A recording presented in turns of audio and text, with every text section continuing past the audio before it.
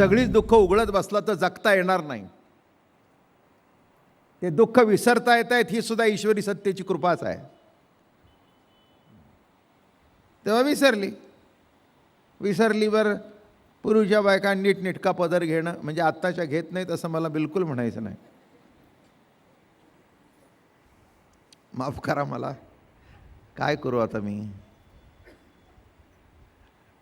नाही, साडी नेसल्यानंतर पदर, साडीच नेसत नाही तर पदर तरी कुठून.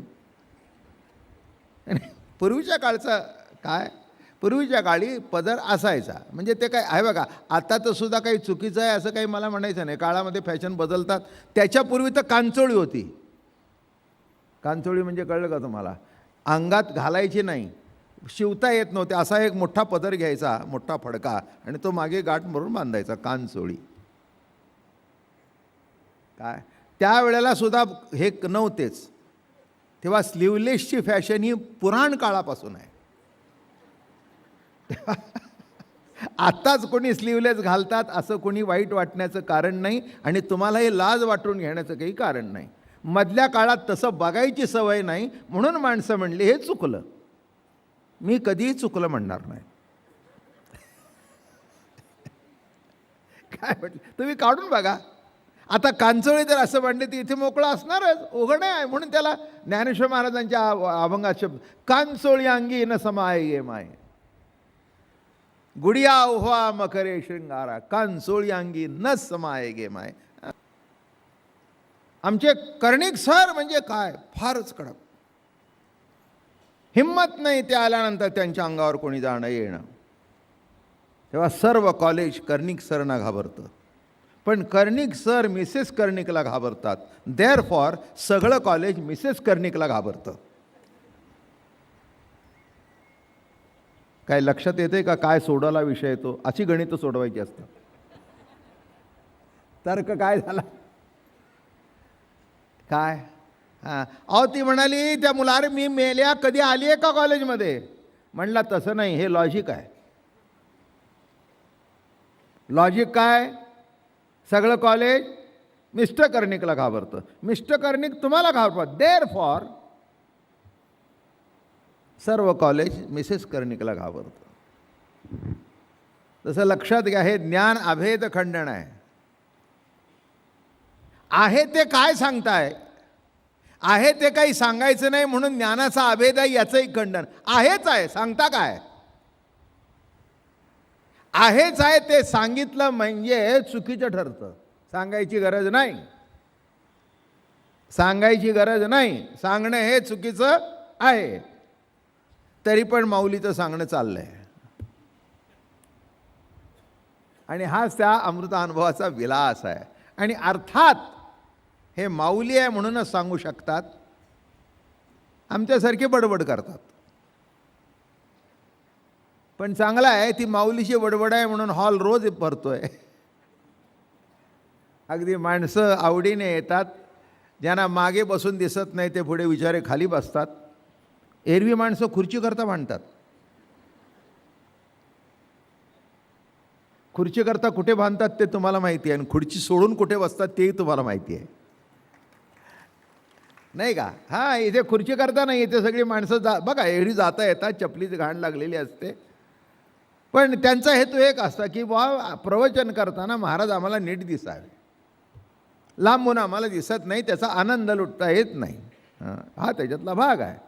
कशाकरता सांगितलं? काय अमृतानुभव आहे म्हणून. या ठिकाणी सद श्रुतीने काय मी सारांश सांगतोय आता 2 प्रकरणाचा. काय सांगितलं? काय शब्द वापरले? सद, चिद आणि आनंद. सद शब्द काय वापरला?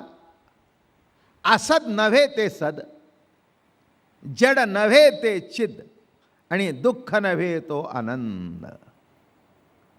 हे म्हणाले हे तरी सांगायची काही गरज आहे का? सांगायची कोणची सर्व सिद्धांताच्या उजरिया सांडोन्या निदसूर्या पुले हाता चोरिया पण पेजो. जी सत्ता आपल्या ठिकाणी चोरून राहिली हाच विषय परवाचा होता. की पुढिलांची दृष्टी चोरीजे हा दृष्टीबंध निपजे परी नवल लाघव तुझे जे आपण पे चोरी. सर्वसामान्य माणसाला ज्ञात असून अज्ञात आहे, प्राप्त असून अप्राप्त आहे, कळलं तरी न कळल्यासारखं आहे, मिळालं तरी न मिळाल्यासारखं आहे,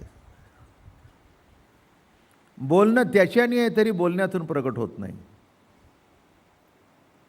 ऐकणं त्याच्याने आहे तरी ऐकण्यात येत नाही, चालणं त्याच्याने आहे तरी तीर्थयात्रा करून भेटत नाही.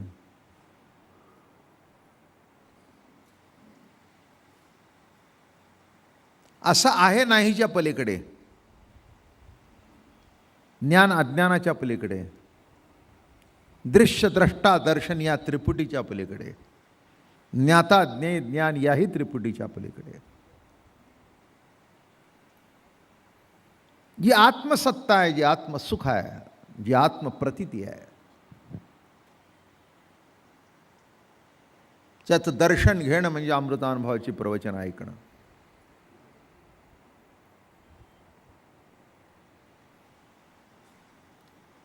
अध्यात्मामध्ये दर्शनच म्हणतात, षडदर्शन. शब्द कसा आहे?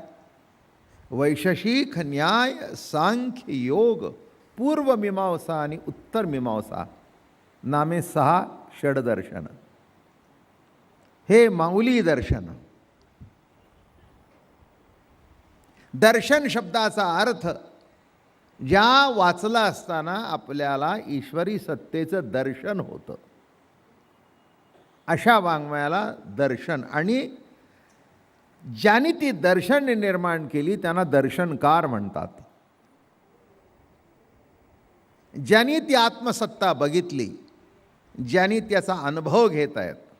आपल्या बाबतीत अनुभव जरी ईश्वरी सत्तेचा असला तरी तो अनुभव ईश्वरी सत्तेचा आहे असं कळत नाही. ईश्वरी सत्तेचा अनुभव आहे हे अज्ञातच राहतं, ते कधी आपल्या लक्षात येत नाही.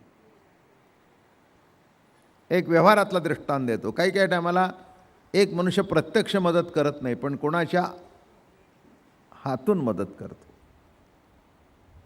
आणि तो असं सांगतो की शेवटपर्यंत माझं नाव सांगायचं नाही. म्हणजे त्यांनी मदत करून सुद्धा त्यांनी मदत केली आहे हे कळत नाही. हा जसा व्यवहार आहे तसं आपले जीवन परिपूर्ण करण्याकरता जी सत्ता सतत आपल्यातून प्रवाहित आहे ती असून सुद्धा ती कळत नाही, हेच त्याचं वैशिष्ट्य. कळे न कळे त्या धर्म. दुसरा अभंग. न कळे ते कळो येईल उगले, न भेटे ते भेटो येईल आपण. ज्ञानेश्वर महाराज आपल्या अभंगामधून असं सांगतात. काही नव्हे तो गे बाह्ये, अमूर्ता मूर्त तो गे बाह्ये, दृश्यादृश्य तो गे बाह्ये, असा जो. बरं का. मग श्रुतीने काय केलं? आता अध्याय हाही संपवून टाकू, कारण दृष्टांतच बरेच आहेत. जेवढं तुम्हाला कानावरून तरी जाईल तेवढं सांगायचा प्रयत्न करेन.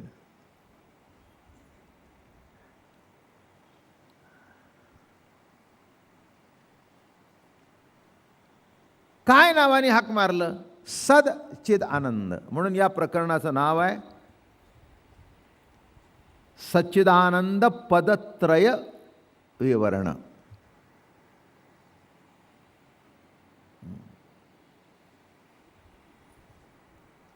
मागचं प्रकरण झालं ज्ञान अभेद खंडन, म्हणजे ज्ञानाचा अभेद आहे याचंही खंडन. काय गमत आहे नाही का?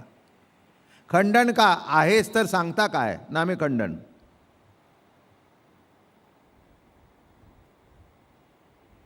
नाही का? जुन्या काळामध्ये पद्धत कपड्याची लत्त्याची निरनिराळी होती.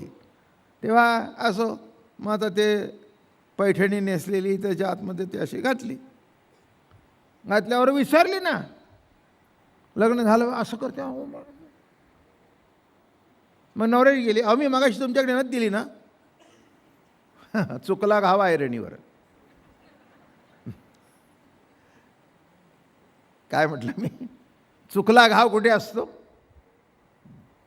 दोन नवरा बायको असले ना की जर बसून घ्या चटकन, उशिरा यायचं, पुढे गडबड करायची, पुन्हा त्या चपल्या मिरवायच्या पादुका मिरवल्यासारख्या. या ना बसून पटकन, बरं दिसतं.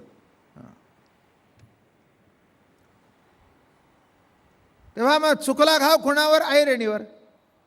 नवरा बायको जाऊन असले की नाही मग तू तुझ्यावर मी तुझ्यावर, हे दुसरं काय सांग, ती सुद्धा एक संसारातलं रमणं असतं. एखादी गोष्ट आपण आपल्या बायकोला समजून सांगतो,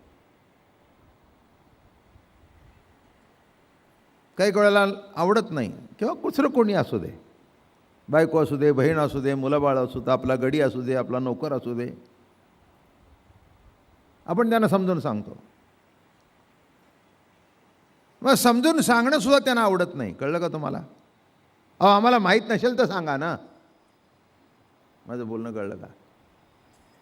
आम्हाला माहीत नसेल तर सांगा ना, उगीच कशाला सांगता, आम्हाला माहिती आहे. माहीत आहे ते सांगणं नामे त्या सांगण्याचं खंडन. तसं मुळात जर ज्ञानाचा अभेद आहे तर तिथे सांगता काय, म्हणून ज्ञान अभेद याचंही खंडन. लक्षात येतं काय सांगतोय? मला जेवढं सोपं सांगता येईल तेवढं सांगतो, याच्यापेक्षा मला तरी सांगता येत नाही. काय ज्ञानाचा अभेदच आहे, सांगता काय?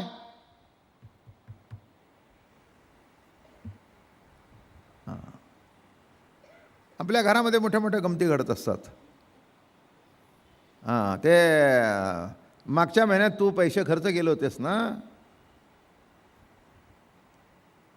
केले होते म्हणजे काय विचारता, केलेच आहेत ना? काय याच्यातलं काय माहिती आहे की नाही तुम्हाला? काय संसार दोन चाकावर चालतो, एक पुरुष आणि एक बाई. मग काय वेळेला त्याच्याकडे पैसे, हां तू कर, मग तो काहीतरी विचारतो, काय अगं तुझे पैसे खर्च केले म्हणून काय विचारता, केलेच आहेत ना? घे तुझे, देता म्हणजे का उपकार करता का? माझं बोलणं कळलं का? खर्च केलेलेच आहेत तर केलेले आहे म्हणता का? खर्च केलेले आहेत म्हणता का? त्याचंच खंडन आहे. तसं ज्ञानाचा जर अभेद आहे तर तिथे अभेद आहे म्हणता का? म्हणायचीच गरज नाही. ज्ञामे ज्ञान अभेद खंडन. हे सगळं लॉजिक आहे बरं का. हे लॉजिक जर नीट कळलं, लॉजिक मोठं गमतीच असतं बरं का. कॉलेजमध्ये लॉजिक हा सुद्धा विषय असतो. मराठीमध्ये त्याला तर्कशास्त्र म्हणतात. या लॉजिकवरून एक गोष्ट सांगतो. मुंबईला सिद्धार्थ कॉलेजचं गॅदरिंग होतं आणि त्या गॅदरिंगमध्ये अशी चेष्टा मस्करी असते. तेव्हा एकाने तर्क मांडला. त्या कॉलेजचे प्रोफेसर कोणतरी कर्णिक का कोणतरी असतील, माझ्या नाव लक्षात नाही. तर एक आमचे दादा महाराज दृष्टांत द्यायचे जुन्या काळातला, मजेशीर दृष्टांतसुद्धा त्या काळानुसार बदलतात. असं सांगायचे दृष्टांत. एक श्रीमंताच्या घरामध्ये मोठं लग्न होतं.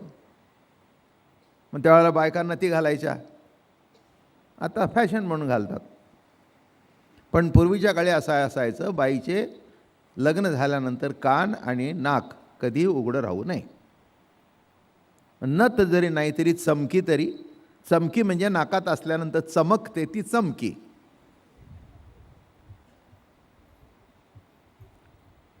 आणि जुनं नाव नथीचं आहे सुपाणी. नाथाने आपल्या भागवतामध्ये दागिन्याचं वर्णन केले. दांडा गोंडा मूद वेणी हलू दे नाकीची सुपाणी. शब्द काय वापरला? हलू दे नाकीची सुपाणी. सुपाणी शब्दाचा अर्थ ज्या नथीमध्ये पाणीदार मोती आहेत अशी सुपाणी. हलू दे नाकीची सुपाणी. मग आता त्या दिवशी लग्न असल्या कारणाने जरा हे मोठी हिऱ्याची नथ घातली. आता तिचं वजनही जास्ती होतं आणि ते जास्ती असल्या कारणाने वजन जास्ती होतं. मग इकडे तिकडे जरा समारंभ संपताना तिने काय केलं, ते घेतलं आणि इथे आपलं मंगळसूत्र अडकून ठेवलं.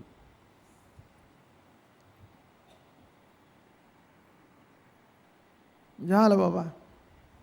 माणसं चटकन विसरतात बरं का. हे मी तर रोज बघतोय.